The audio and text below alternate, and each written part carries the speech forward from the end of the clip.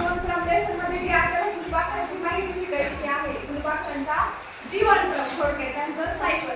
तर तर फुलपाखरू कशा पद्धतीने तयार होतंय. सुरुवातीला काय असते बघा, अगोदर अंडी असतात. अंडी आणि अंडी नंतर अंडीतून काय अळई बाहेर येते. अळई आणि अळई नंतर जो अळई काय करते, झाडांची पानं खाते. तिला खूप भूक लागलेली असते. ते पानं खाल्ल्यानंतर तिचा त्याच्यानंतर कोश तयार करते. तिच्या तोंडातून चिकट स्राव बाहेर येतो. त्याच्यानंतर ती अळई त्या चिकट स्रावापासून स्वतः होते एक प्रकारचा कोश तयार करते. त्याला कोश म्हणतात. आणि त्या कोशामधून हळूहळू हे फुलपाखरू बाहेर येत असतं. त्याला मग प्रौढावस्थेतील फुलपाखरू असे म्हणतात. बघा, हा जो जीवनक्रम आहे हा तुमच्या समोर अगदी छान पद्धतीने आपल्याला दिसतोय. तर तुम्ही व्यवस्थित लक्षात घ्या.